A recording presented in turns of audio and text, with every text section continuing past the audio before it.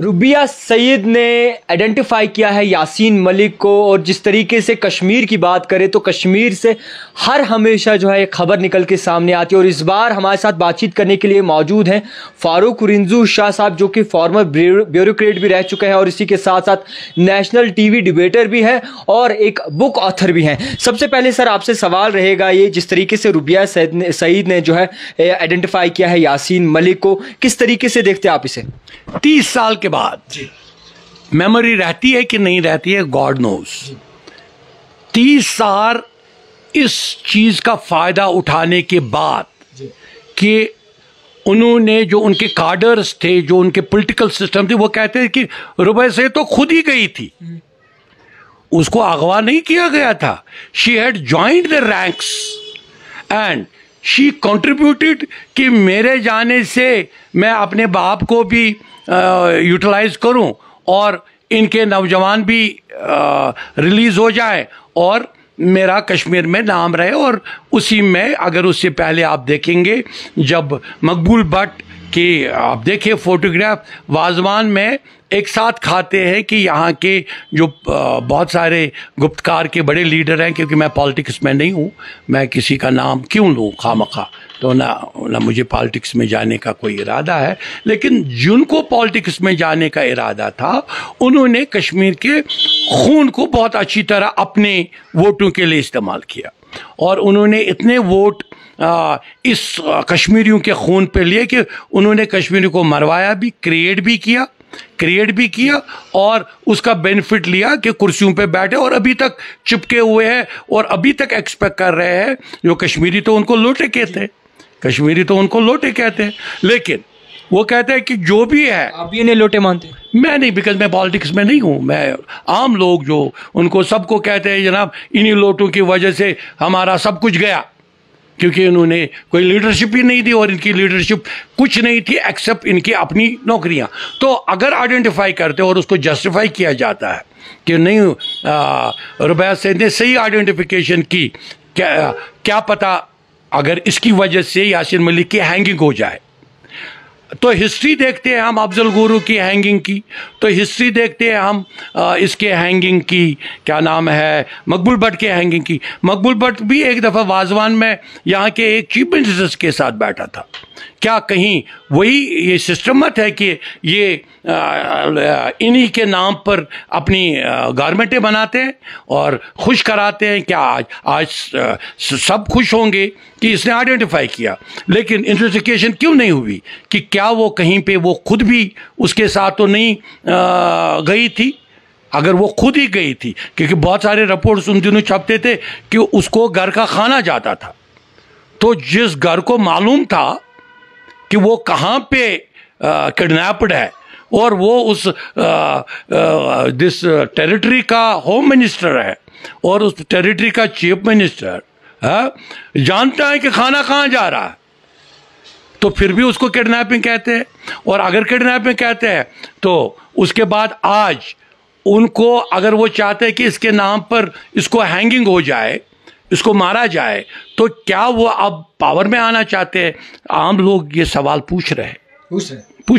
یہ بھی اس کے بعد سٹیٹمنٹ سامنے آیا، پی ڈی پی صدر محبوبہ مفتی کا بھی سٹیٹمنٹ سامنے آیا، آپ کس طریقے سے دیکھتے ہیں؟ دیکھیے، میں آپ کو اس طریقے سے بتاؤں کہ جب ایک دفعہ خود بھی آپ بھی اس کانفرنس میں رہے ہوں گے جس میں ہوم منسٹر تھا اور محبوبہ جی یہاں کی چیف منسٹر تھی، وہ ساری دنیا کو معلوم ہے کہ ان کا کمپٹیشن تھا آپس میں چیف منسٹروں کا کہ میں نے زیادہ کشمیریوں کو مارا، دوسرا کہتا تھا آپ سے زیادہ میں نے کشمیریوں کو مارا، اور وہ ایون ہوم منسٹر تو بڑا پولائٹ تھا to the press people, he was addressing the press کہ اگر کوئی انوسنٹ مارا گیا تو غلط بات ہوگی، انوسنٹ نہیں مرنا چاہیے، لیکن چیف منسٹر کہتے ہیں کہ کیا یہ کہ چاکلیٹ کھانے گئے تھے، دودھ پینے گئے تھے، تو اس مطلب ہے کہ ان کا پاور کشمیریوں کے خون سے بنا ہوا، یہ سارے انہوں نے، اگر آپ دیکھیں ان کے ایک ووٹ کے پیچھے کشمیری 100 200 لوگ مرے ہیں، اور کانسپریسیز کچھ ایسی ہوتی ہے، مجھے لگ رہا ہے کہ they are the part of the abrogation also, کیونکہ جیسے 1975 میں جو یہ کیا نام ہے، جب پرائم منسٹر کی کرسی تھی، پرائم منسٹر کی کرسی ریڈیوس کی گئی چیف منسٹر میں، جو لیڈر تھا اس نے کہا تو یار رائے شماری تو آوارہ گردی تھی. خود ان کے ریکارڈ سے دیکھیں، 22 سال جو کشمیریوں کو مارا ایک سلوگن کے نام پر، وہ کہا کہ یہ آوارہ گردی تھی. اوکے یہ آوارہ گردی تھی، تو کہا کہ اس کو سوال کیا گیا کہ 370 کے بارے میں، کہ 370 تو آپ نے ابالش کیا، اب یہاں آئی ایس بھی ہے، آئی پی ایس بھی ہے، ہائی کورٹ ہمارا اپنا نہیں ہے، الیکشن کمیشن اپنا نہیں، صدر ریاست اپنا. اس نے کہا یہ کیا قرآن کی آیت ہے، یہ کیا قرآن کی آیت ہے، ٹوٹا تو ٹوٹا. تو کوئی ایسی بات ہے میرے خیال میں جو کشمیریوں کو پہلے سے ہی اگر دیکھیں 1947 سے ہی جو یہاں کا ٹکڑے ہوئے، جو ادھر گلگت گیا، ہنزا گیا، ایک بہت بڑی بلنڈر ہے، بہت بڑی بلنڈر ہے. کشمیر کی ٹیریٹری ایک ساتھ ہونی چاہیے تھی. اگر ایکسیشن ہوا تھا، جو یہی کہتے ہیں، انہوں نے ہمیشہ بولا کہ ایکسیشن ہوا، لیکن ایکسیشن میں یہی لوگ کمپٹیشن میں ہیں کہ ہم ترنگے کو سلام کریں. اگر ہم چیف منسٹر بنتے ہیں تو ترنگے کو سلام، ترنگے کو تو یہی چڑھاتے ہیں. لیکن اگر یہ بولیں گے کہ اس کو کاندھا دینے والا کوئی نہیں، آج ان کے گھروں کے پہ لہرا رہا ہے، تو واٹ واز دیٹ؟ یہ کیا لوگوں کو اس لیے اینٹی انڈینزم دماغ میں ڈال رہے ہیں، یا کرمنل ایلیمنٹ ڈال رہے ہیں، یا ہندو کے خلاف بھٹکا رہے ہیں، یا یاترا کو بول رہے ہیں کہ یہ یاترا جیسے حملہ ہے کشمیریوں پر. بھئی یاترا ہو، بدھسٹ یاترا ہو، ہندو یاترا ہو، مسلمان یاترا ہو، یہاں کی لکم دینکم ولی دین، ہمارا 700 سال کشمیر میں بہت زبردست دوستی رہی ہے. لیکن جب سے انہوں نے ووٹ پالیٹکس کو ہندو مسلم بنا دیا، تب سے تو خون خرابہ ہے ان کے ووٹوں کے لیے. سوال دوسرا ہے سر، آپ سے یہ سمجھنے کی کوشش کریں گے، کچھ دن سے سوشل میڈیا پہ آپ کے بیان لگاتار جاری ہیں اور آپ کہتے ہیں کہ جو حضرت بل درگاہ شریف ہے اس کا جو گنبد ہے وہ سبز ہونا چاہیے. سبز سے آپ کی کیا مراد ہے اور کیوں آپ انہیں سبز میں جو ہے تبدیل کرنا چاہنے پہ؟ بہت اچھا سوال کیا آپ نے، کیونکہ بہت سارے لوگ سمجھنے چاہیے کہ کشمیر کا ایتھوس کیا ہے، اسلام کا ایتھوس کیا ہے. اگر اسلام کی بات کریں، اسلام میں جو قرآن شریف ہے، قرآن شریف میں کلیئر واضح ہے، متقین علی فرش رفرف خضر و ابقر حسان.